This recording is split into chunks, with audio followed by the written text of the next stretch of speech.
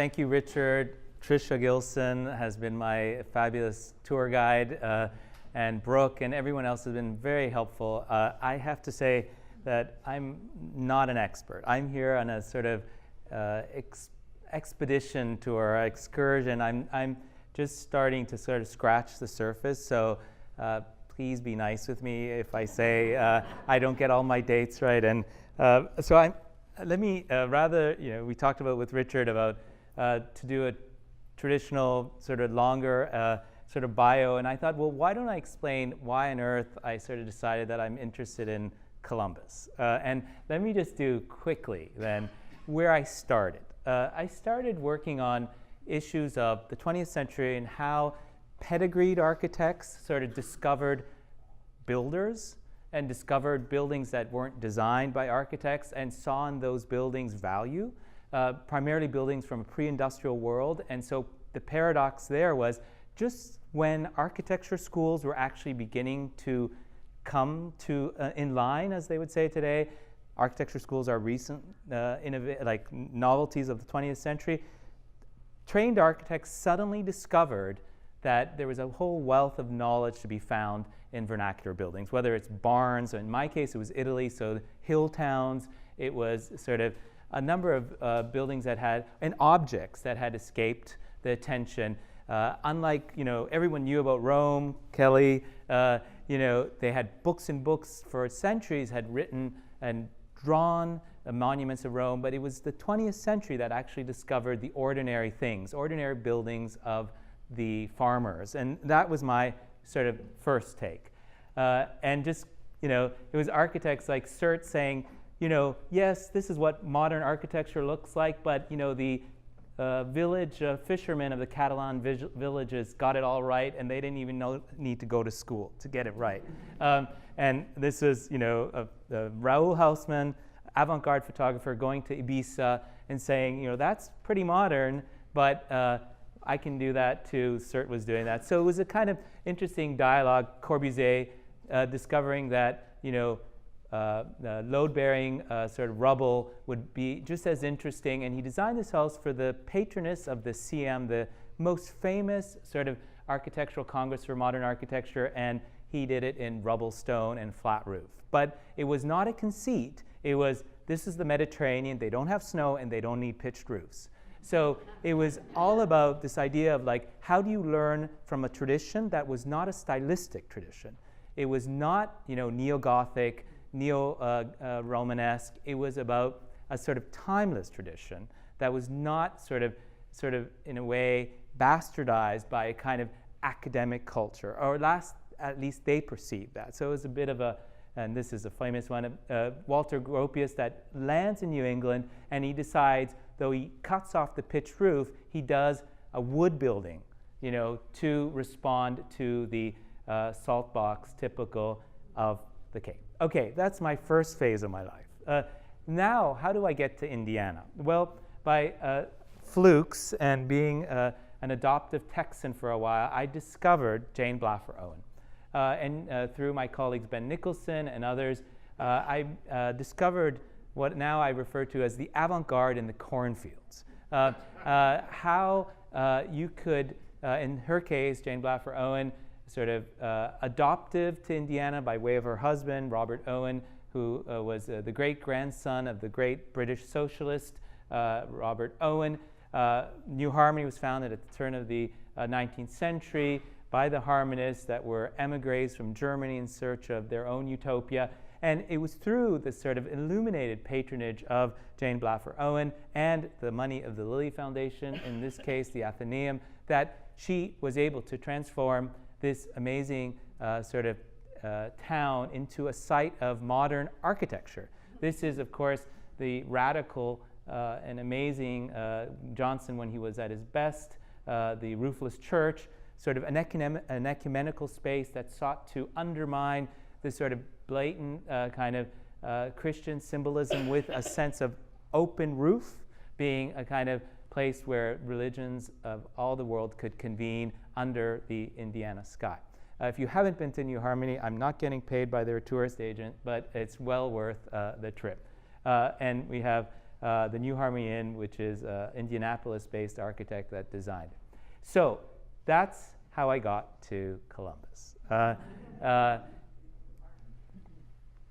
Columbus is not a museum. So I preface this that this has been Columbus, Indiana 101 for me in the last couple of months. So I'm saying this not with false modesty, but I mean it, that there's a lot that I don't know yet. But there are elements that have drawn me to this kind of experiment that I think are worthy of sort of exploring more. The other sort of sad but real fact is that there's no real scholarly book on Columbus, Indiana. I mean, 20th century. I mean, there's plenty of like monographs on Eero Saarinen's work in Columbus, or Richard Meyer, or various other architects from a very sort of specific project-based, Harry Weiss, but there has not been a kind of much more, I think, comprehensive sort of study done on what it meant to,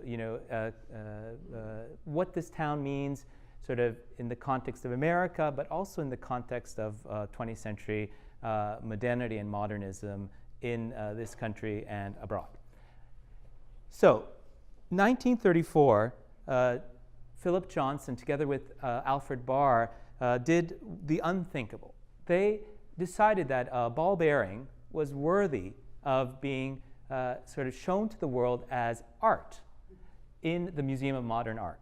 1934. And they celebrated ordinary objects of the industrial sort of tradition and propellers. And so they began to sort of open up this idea that art could also be functional, and that art could also adapt or respond to changes in technology. For example, as a side note, I don't mean to digress, but for many, many years, artists refused to accept that photography was an art because it was a mechanical eye, or the presumption was that little did they take into account that framing is as much as an artistic choice as pushing the button. But again, these are issues that are still lingering at the late 19th century, turn of the 20th century. Now, of course, the lion's share of any artwork is photography, but that's another point. So let's try to sort of start with this part of the story and trying to sort of identify what might be, and this is something that you don't need to be told anything about, but the idea is that what is art, and what is architecture as a consequence to that? And what are the shifting notions of art in the turn of the 20th century, and how might those then impact sort of general sort of frameworks with which people like J. Irwin Miller, but also the architects who he and others in this town commissioned. And let's just start with Leo Tolstoy's 1897 definition or question. What is art? We are accustomed to regard as art only what we read, hear, see in theaters, concerts and exhibitions, buildings, statues, poems, novels. But all this is only a small portion of the art which we communicate with one another in life. The whole of human life is filled with works of art of various kinds, from lullabies, jokes, mimicry, home decoration, clothing utensils, to church services and solemn processions. All of this is the activity of art. The subtext of this is that folk culture, the culture of the people, is also art, right? And this was a hard sell at the turn of the century when art was the stuff that you saw in museums. So this kind of move from art as a kind of something out there and only sort of, an aesthetic that was somehow removed from everyday life starts, as a kind to be rethought at the turn of the 19th century and the beginning of the 20th century, when, not by coincidence, and the proletariat, the sort of working class, begins to assert itself and acquire voice, right? So these are fundamental issues. But then you get someone like Duchamp that says, well, a urinal could be art. But the point is, he calls it a fountain. And he submits it as part of an exhibition. Of course, it's a provocation, but this too is back to this, the ball bearings. This too requires ingenuity, right? It is not a sculpture, but the point here is like, how do we redefine art, right? And so back to this idea of the industrial age, and also the tensions that emerge, because it's not so linear. You get pushback. Someone like William Morris, again, at the late 19th century, says, the art of making beautiful all kinds of ordinary things, carts, gates, fences, boats, bowls, and so forth, let alone houses and public buildings, unconsciously and without effort has gone. He's lamenting this. So the ordinary thing, again, this is arts and crafts. So in a way, it's a nice kind of juxtaposition, because someone like William Morris was anti-machine, but he was still interested in how you might craft a chair. And of course, there was pushback, because it was still perceived from the sort of more progressive architects who were interested in this, but they also understood that unless you have sort of mass production, it was still ultimately going to be an elitist thing, right? Morris chairs, or the Morris Company chairs, were still expensive. Enter the modernists, said, we're all good about making, the IKEAs of the world, good design, but also let's use industrialization to help us actually diminish the cost. So in fact, the ordinary things can be placed into the hands of those that actually can afford them, and not just the elite, right? So this is a clash of kind of moving away from a kind of art that's only something elite, object-driven in the museums, to an art that's being placed utilitarian objects. And just as a side note, again, we're not going to be here for 2 hours, so I don't want to digress. I talk too much anyway. The first time that utilitarian objects were placed in museums was only in the 30s of this century. Like, it was the idea of putting a bowl in a museum was anathema. It's like you only put sculptures and painting, right? Unless it was a special. But so that has radically changed, right? So who follows up? Machine art is 1934. Herbert Reed, the English art historian and critic, publishes in 1934 this very provocative book, Art and Industry. So again, trying to join the hand with sort of the machine. And as a side note, for those of you who are from Indianapolis, and I discovered this, I swear, just by total fluke, as it turns out, George Sadak was the designer of this cover, was actually longtime faculty at Indiana University before going to the Cooper Union. And this is, and he was in charge of all the publications at the Indiana University Museum for, from the, well into the 50s and 60s until he left. So this is just a beautiful cover, but I admit ignorance that up until a couple days ago, I didn't know who Mr. Sadak was.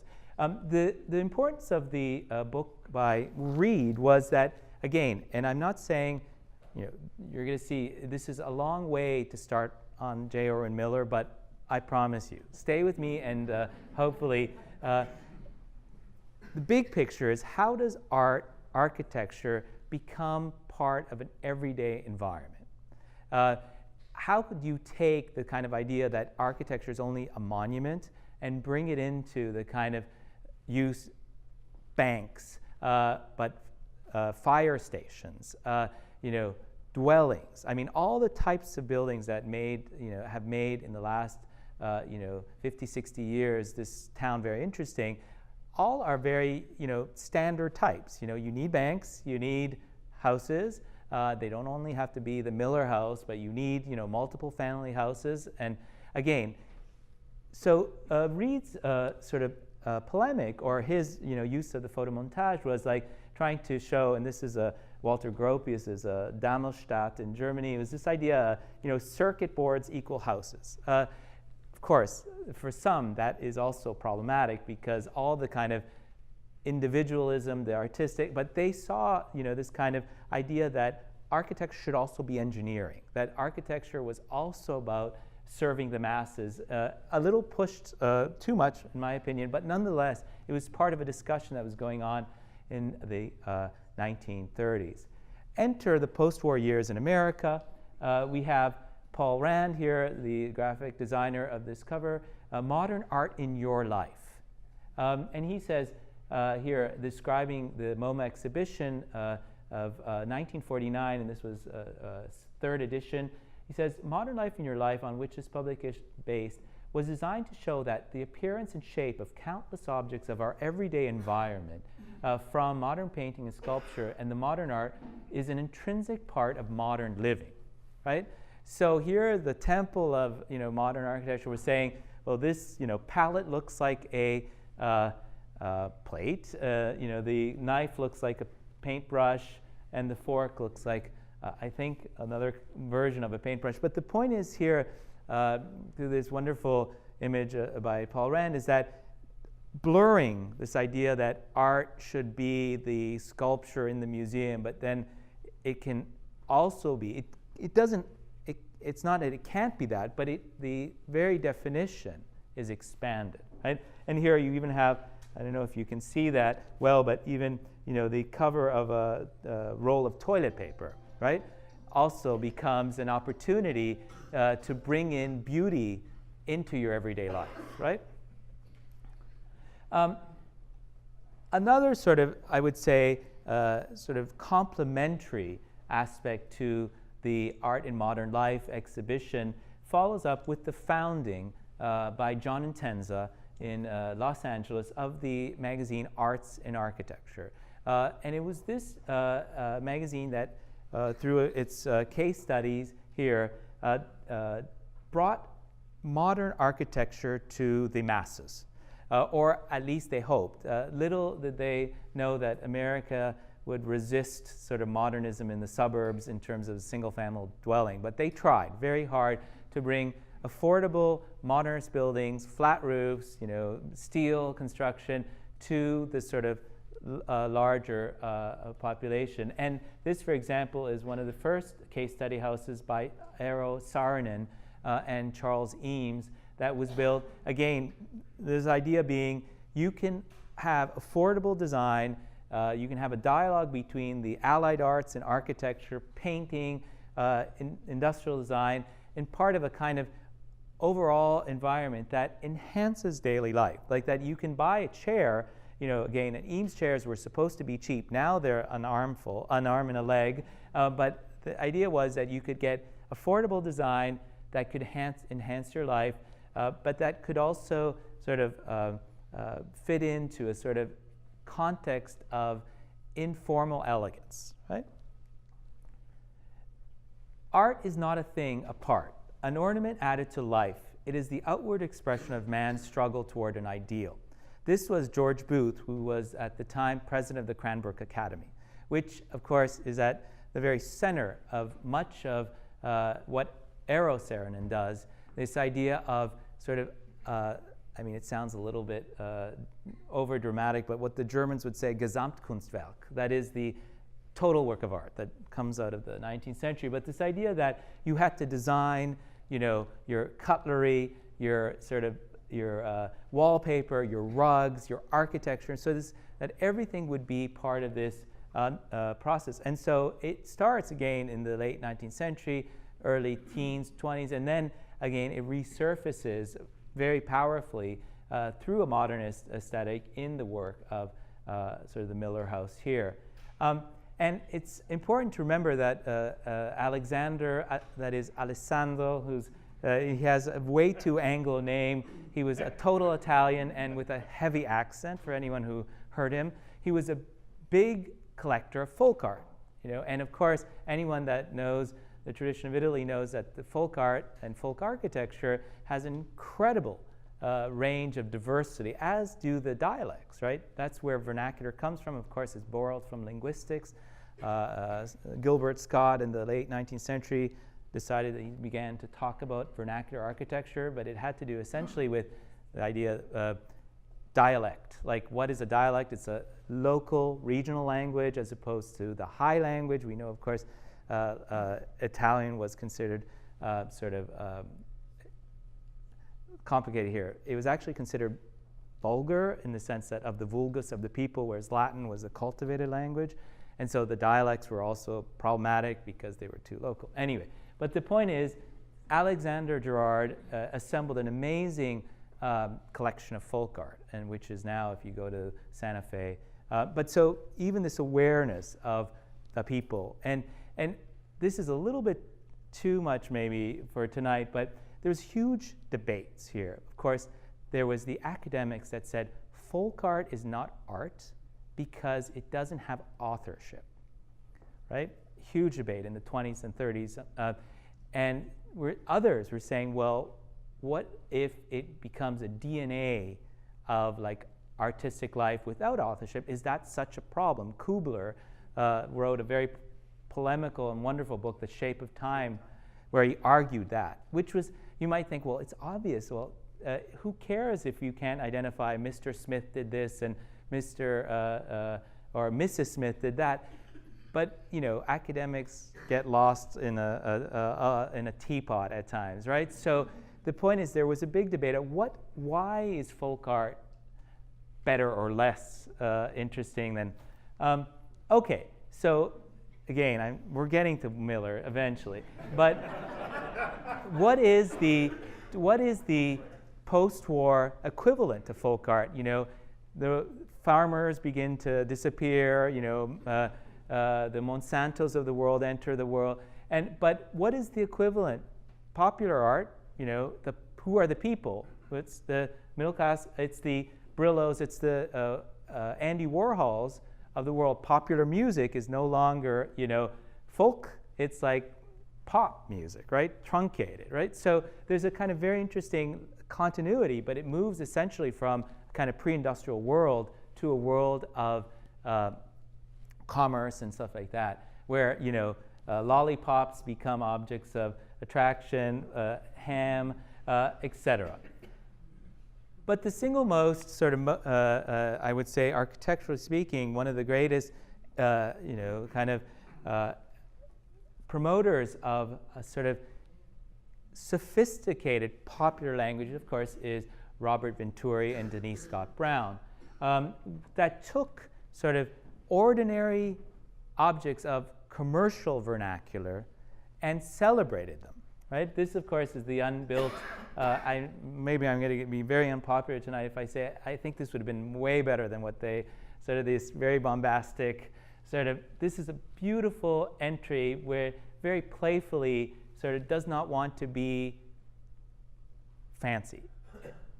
So this is an interesting element that I've like. If there's anything that a line of continuity that I think is very interesting about the modern architecture that is built in this town has been, it tends to be one story or like horizontal. It tends to be contextually sensitive. I'm not saying that that makes it less innovative, but it tends to be sort of responsive to a certain kind of existing fabric, right? Which is kind of interesting, especially since modernism got the bad rap of being acontextual, object building driven. So someone like, you know, Robert Venturi introduces us and you know, celebrates the kind of commercial vernacular, right? In a way that others, you know, sort of rejected, right? This is a famous Peter Blake, God's Junkyard, where he's decrying this sort of move from the kind of Merritt Parkway idyllic in nature to the kind of Los Angeles street. And the kind of passage that I'm talking about goes from the log cabin through the trailer, right? So it's a very interesting sort of, this is a brilliant drawing that Charles Moore, a former Yale dean, and Yale, we'll talk about this is the kind of post-war connection at least. Yale was America's most sophisticated, the Yale School of Architecture, most sophisticated center of discussion of how the vernacular could impact high architecture through Charles Moore, through a number of Vincent Scully and many others. Bob Venturi, so here he's having to tell you that he's a monument, this building. You can't figure it out, which is a beautiful and poetic way of sort of changing the register of sort of an obvious kind of you're reading the sort of formal qualities to sort of being told. Here on the Venturi Scott Brown website, they write, the building committee for fire station number 4 requested an ordinary building. See, this term comes up again and again. And as a side note, here you get to see how crazy academic publishing is. When I first went to pitch my book on Italy, I wanted to call it Ordinary Things, subtitle, long academic, verbose title, but I wanted to use Ordinary Things, and the publisher did not allow me to use ordinary because they were afraid of the sort of, it's a double-edged sword. Ordinary can be, if you get it, can be beautiful ordinary, or if you don't get it, ordinary can be pedestrian, right?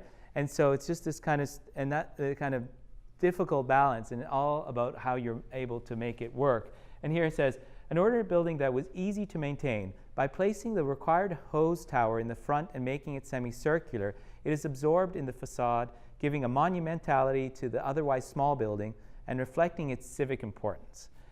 This crisp, functional building creates an appropriately ordinary, yet distinctive image for the rescue and social activities associated with a community fire station. The single most sort of, I think, important sort of continuity of the Venturi legacy is this wonderful, ordinary, but interesting building, where Deborah Burke took just a box and very sort of had the very amazing intuition that you needed something to sort of distinguish your building, and also in response to the ubiquitous car, because that's where people would see it. And so you have this light, sort of lantern of light that functions as a 24/7 sort of advertising for that building, and yet it's essentially a rather simple but kind of intelligent use of this type of ordinary building.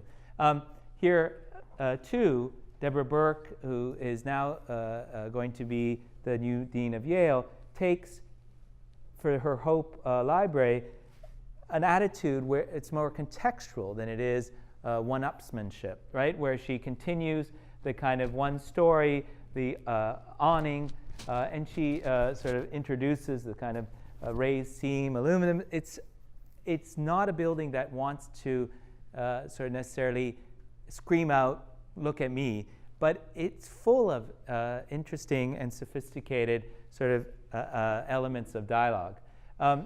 And as a side note, very interesting here is, I meant to say, maybe we can return to that. The car, this is a little bit, forgive me, this was a 5 a.m. kind of last-minute marathon. This is somewhat out of order, but I'll get back to this in a second. But I did want to draw the importance of the car and the type of banks and how the kind of type of ordinary buildings change over time. And I wanted to show here, this is a brilliant example where you have the early Harry Weiss, South State Street, and you have the Kennan building. What changes in the 20 intervening years is the ubiquitous introduction of the car and what I call laziness, that people don't want to actually get out of their car, and like the sort of drive-up teller, right? And so what's also interesting, if you look carefully at if you group sort of Columbus buildings into type, you can do a close read of how even the basic bank type, when you see the first Irwin Miller Bank here, you walk up to it, you don't have to lug your huge car, it's better exercise to walk. And then the 60s, and even the Deborah Burke building, introduce the car and slightly change, eliminate the need for the teller. This is a great, is there Ricky Berkey here? Okay, he's my, ask him. I should not be here talking. He's the guy that knows everything, and I've stolen many photos from his website. I'm not going to publish yet here, so don't worry. Well, I'll be rigorous when it comes. But these are excellent. I think he's doing a great service to all the Columbus aficionados. And So, but anyway, this was a wonderful photo taken when, tellers mattered, right? Okay, and where, you go from the first, second, West Bank, and then the introduction of the car. Again, it's back to the Venturi, learning from Las Vegas, the car culture, and how that impacts even here. But this is what I really wanted to get back to Deborah Burke. Okay, this is like, blogs are. So this woman says, predictably, this is the new Deborah Burke building for Indianapolis, right? And so get this. Predictably, many of the local blog commentators feel Burke's work is boring, right? So is boring another way of saying ordinary in a bad way? She said, I'm keeping silent on these blogs, but I'll say it here, surrounded by other architects, pearls before swine, man. And this is, get this, she's a diehard feminist, girl power here. Okay. But the other message, which is very cool, is this guy. I'd say to those bloggers that they need to visit the Hope Library or the Irwin Union Bank branch she did off the 10th and Mart in Columbus. It is not flashy work that she does, but is packed full of meaning and always well done. I think she's a good choice. So here, this is very interesting. So this guy got it, right? Again, ordinary is not boring, right? And so again, it's a kind of, how do you create a modern architecture that's engaging, or contemporary architecture? And what, some might say that already doesn't look boring to me, but compared to the sort of crazy blob architecture of Zaha Hadid, maybe it does. I don't know. Okay, so this is a long way. I started with this idea that art and industry, sort of this kind of debates that were going on at the turn of the 19th century and the beginning of the 20th century, begin to sort of reposition or broaden the very definition of art, right? And so how does this impact, what happens here in Columbus, right? And so, of course, this is the sort of the catalyst of it all, the Saarinen Church. Saarinen comes out of the Cranbrook tradition, right? Of course, when he received this commission, he was the head master at Cranbrook. He had already designed his house that I showed you. And so Saarinen is a kind of coming out of, though by way of the arts and crafts tradition, less about the machine, of course, but still the same ambition was there, to sort of have a kind of art in everyday life. I'm not claiming that this is by any stretch non-monumental. It's probably one of the most monumental, but nonetheless, it kind of picks up on that. As a side note, no, you have to look at that. So look at that, and that. I did this a little bit tongue-in-cheek, but the point is, and I think this is a little bit of a sort of point of polemic, but maybe not so much, that a lot of what went on here also had implications elsewhere and vice versa, right? And so, architects were able to experiment here, but also bring what they learned elsewhere. And I think there was also a kind of alchemic reaction. They, working with the patrons that they found, Miller, but not only Miller. Of course, we know he was not the only patron. People like the Hamilton, Costco, all that stuff was going on. But so there's a kind of, Columbus is also porous. I think the one thing, that is a risk is to sort of think that Columbus is the center of the world. I mean, or that, I know that you all, but the risk is that you do disservice to both. Like, it's a kind of laboratory, but I would say is a crossroads, and crossroads are porous. And so some of the architects, they may have done it first here, and then it was imported elsewhere, in this case to Minneapolis, or vice versa. The case of vice versa, of course, this is perhaps the single most greatest masterpiece of Elio Saarinen. It is the Crow Island School in Winnetka on the North Shore of Chicago. It became the sort of model for all elementary schools that were built subsequently. This is completed in 1942. This idea, Winnetka had a superintendent who was a protege of John Dewey, so it was all about learning through doing, right? And they had L-shaped classrooms and child-sized fixtures so that the children could sort of live and thrive in a space that was not the kind of big red schoolhouse, 2-story, the traditional schoolhouse. If you notice here, again, the plan, these were individual classrooms, all had sort of outdoor courtyards that they had access to, and this was the primary play terrace that we see, and you can, with the kids that were painting, and these were the modules, right? Enter Edward Larrabee Barnes. This is totally blurred for some reason. It is, and not only Barnes, we have the Ralph Johnsons, who of course Perkins and Will, and Crow Island was, I'm sorry I didn't say that, Eliel Saarinen with Larry Perkins, that became the designer of schools. And so this is this kind of idea of the courtyard, although, and also access with a door. So this idea that each classroom would be a kind of individual unit that you could then have exposure with nature became very much sort of an import. But again, anyone that was designing schools knew about Winnetka, right? This, of course, is only a partial but still interesting rendition where you had the very sort of, the idea was to sort of distinguish, bring in a kind of domestic element, of course, that would be a reassuring one for the students, but it was this idea to avoid a kind of institutional, unrelenting idea of this huge building, that these would be broken down to accommodate the scale of the child. This, of course, now is full of tar because now parents want to drive their kids to work and kids to school, as opposed to when kids just walk to school. So it's very interesting to see how these schools, and this is interesting for the preservationists in this audience.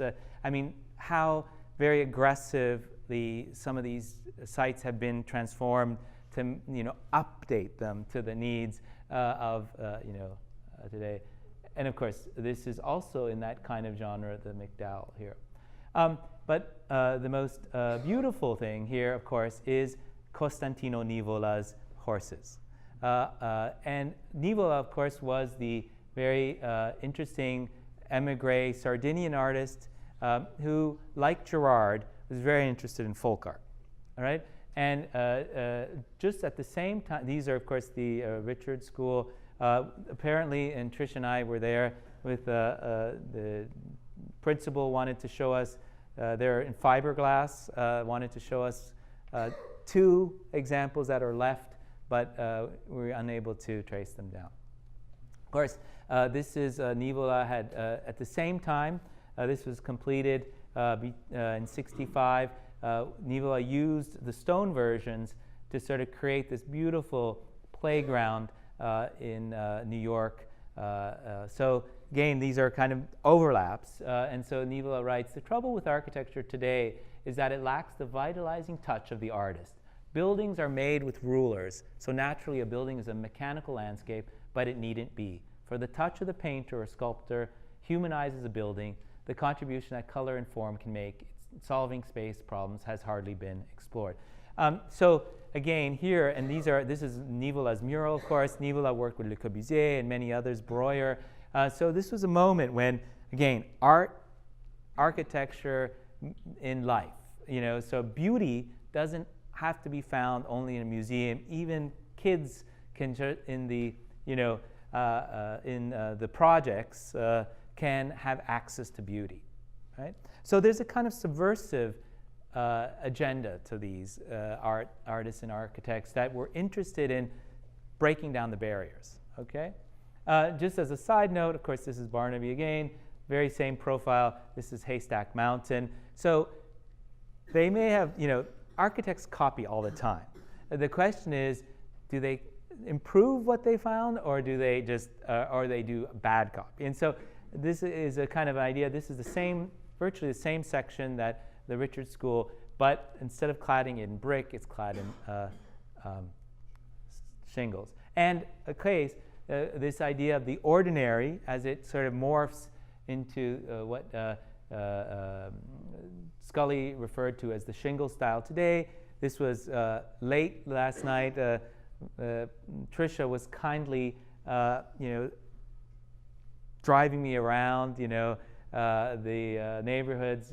And so here too, you have a kind of very interesting sort of collective housing, that brings, this is subsidized housing, but this is a very important point here, and which I think is key to the idea of art and architecture in everyday life.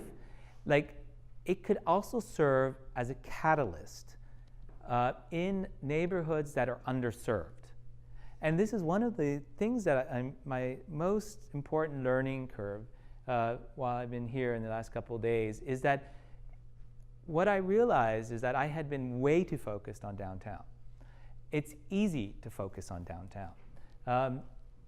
In fact, the more subversive and important architecture was when you were going into, areas that were actually underserved.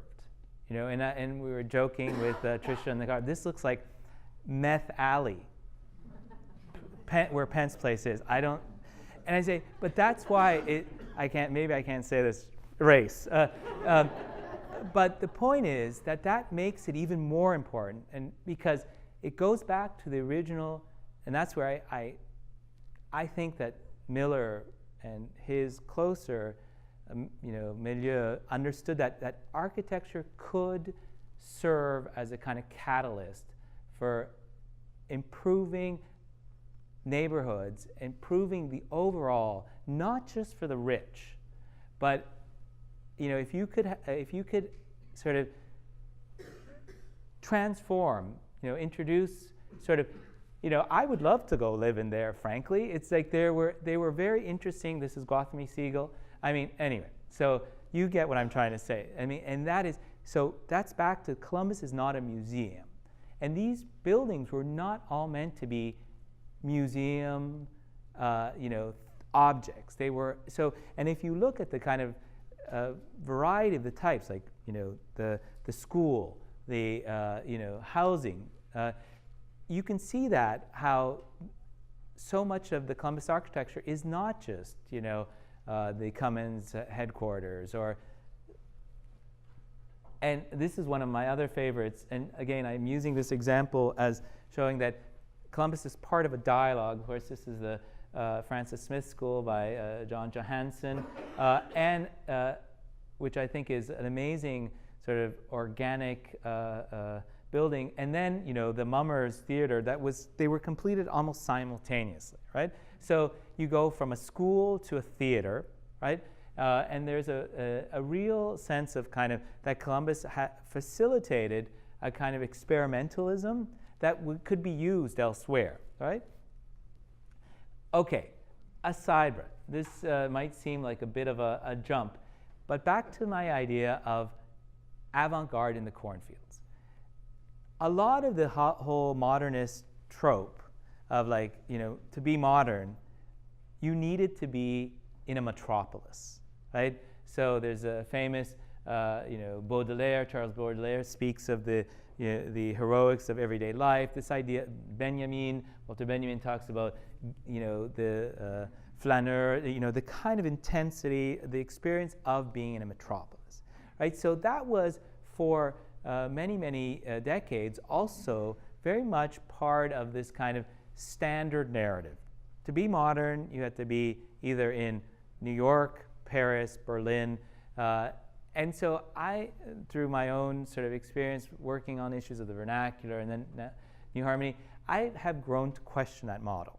I think, of course, there is a certain kind of intensity and a kind of accumulation of capital that big cities sort of have that you need to actually do experimental architecture. I don't think it's so black and white. I think there's an opportunity. Richard, how am I doing for time? I'm good. And I use this as an example. You probably all know what this is. This is the John Deere World Headquarters. Eero Saarinen designed this in the mid-'60s with Sasaki landscape architects. And John Deere made a very powerful decision. Rather than locate their world headquarters in New York, like everyone else was doing, they decided to remain in Des Moines, Iowa, and create a kind of modernist campus of pavilions. Right? Corten steel, sort of a nod to Mies van der Rohe, but the sort of rusticity of the earth kind of to give color to that.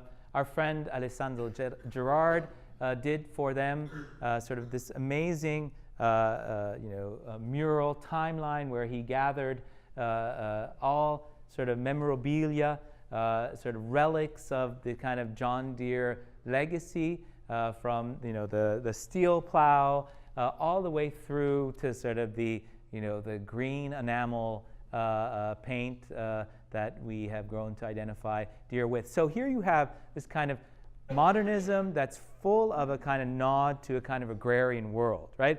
And Gerard, of course, the connection with Saarinen, the connection with Miller, sort of this kind of underbelly that connects all of this architecture and sort of narrative. And this is very beautiful. Have any of you in the audience been to the world headquarters in Des Moines, Iowa? Okay, it's worthy of a trip.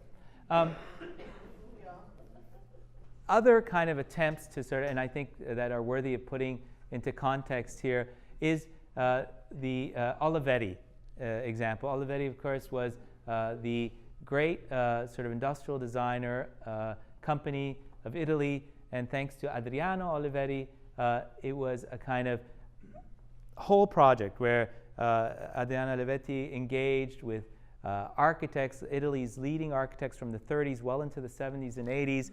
They did housing, they did cafeterias. It was not a company town in the sense that Ivrea, north of Turin, was also a place where ordinary people lived, so it wasn't exclusively. But Adriano Olivetti, just like Miller would eventually engage Paul Rand to sort of design the communications, and Olivetti was all about a certain kind of bringing beauty to the machine, right? This, of course, you'll recognize as Ettore Sottsass's Valentine. These are some of the buildings, and you see over the years the rationalism gets supplanted by organicism. Again, it's a sort of a kind of idea that industry also can be deeply engaged with bringing beauty. And this, of course, is the most famous example of the Olivetti showroom in New York, where Costantino Nivola, the artist that brings sort of narrative, Venini, this is a cave on Fifth Avenue, and I mean it seriously, with stalagmites and stalactites, but what is being celebrated here? Nothing other than the Olivetti typewriter. Sadly, this beautiful space is no longer. The Nivola mural went to Harvard in the CERT Center. But here too, so there's an attempt to sort of, again, this is mid-50s, right, to bring beauty to the machine and to sort of unite sort of ordinary sort of technology with a not so ordinary beauty. And with this, I leave you here. Back to Nivola, and thank you very much.